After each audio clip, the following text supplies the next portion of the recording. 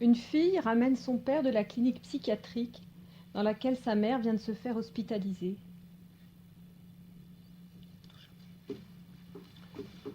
On était pensionnaire à Janson de Sailly pendant la guerre.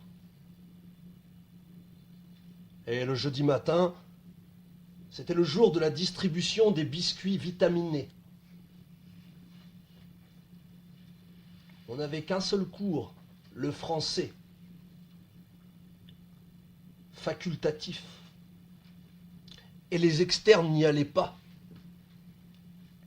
On avait expliqué au professeur que s'il signait la feuille de présence pour tous les élèves, même s'il n'était pas là, ça faisait triple ration de biscuits vitaminés et qu'il en profiterait.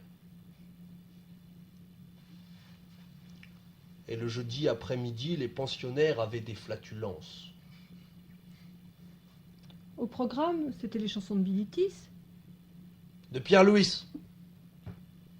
Oui, c'est ça. Un peu osé au lycée, les chansons de Bilitis. On se demandait comment elle s'épilait le sexe. Je ne comprenais pas ce que c'était chanson de Sailly ou de Bilitis. Je voyais ça comme des sortes de gros mots dans un endroit pour les garçons. Qu'est-ce que tu nous as préparé pour le déjeuner? Du poulet. Dans la voiture, je t'ai dit que j'ai pris un poulet. Tu m'as demandé si c'était du poulet fermier. Avec du sucre et du citron. Hein? Bah, l'épilation, pas le poulet.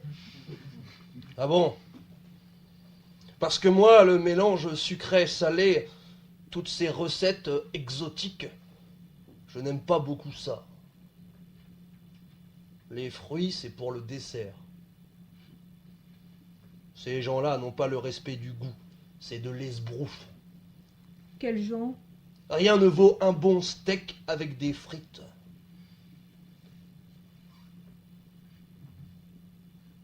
Je suis fatigué. Cette clinique est au bout du monde, on n'a pas idée.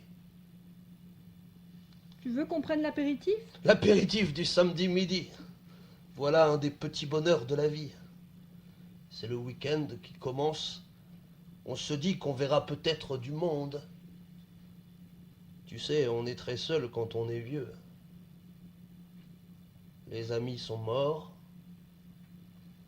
Les enfants travaillent. Les petits-enfants font leurs études.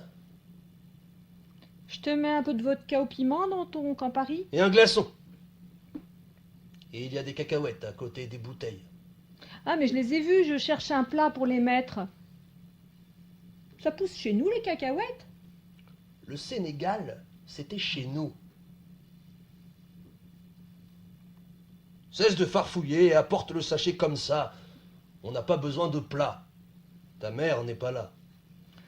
Tu as tourné des centaines de récipients en bois, je veux bien en trouver un pour mettre les cacahuètes. Je ne tourne plus beaucoup. Il faudrait que je range un peu les outils. J'aime bien les regarder, saisir les manches polies par tant d'années de travail, mais tourner pendant des heures face à l'établi, rester debout, je ne peux plus. Il est joli celui-là, c'est quel bois? Du poirier. Il vient du jardin de ton oncle. Et avec le poulet? Bah, les asperges du jardin de tonton, justement. Oh, elle est trop mignonne, la petite Anaïs. Regarde, j'ai fait des photos. Mon frère arrière-grand-père. Le temps passe si vite. Je n'arrive pas à croire que je suis devenu un vieillard. Ah, moi j'aimerais bien être grand-mère. Ma petite fille naîtrait dans le 14e arrondissement, comme mes filles, comme moi. Ah tiens, je n'y avais jamais pensé. Tu as fait exprès d'accoucher dans le 14e? Non, mais c'est un hasard heureux de l'existence. Je te vois bien donner le biberon à ton arrière-petite-fille. Toi qui adores les bébés. Surtout les petites filles avec leurs chaussons roses. Elles sont si tendres. C'est insolite pour un homme de ton âge. À ton époque, les hommes ne s'intéressaient pas aux bébés. Mais je suis un homme insolite. Ah, tu sais, il y a une psychologue très connue qui a beaucoup étudié les bébés et qui en est arrivée à la même conclusion que toi. Quand un bébé sourit en dormant, c'est qu'il rêve de biberons géants. Elle dit ça avec des mots savants, mais ça revient au même. Pas besoin d'être un intellectuel. Quand on connaît un peu les bébés, ça tombe sous le sens. Tu me donnais le biberon quand maman rentrait tard.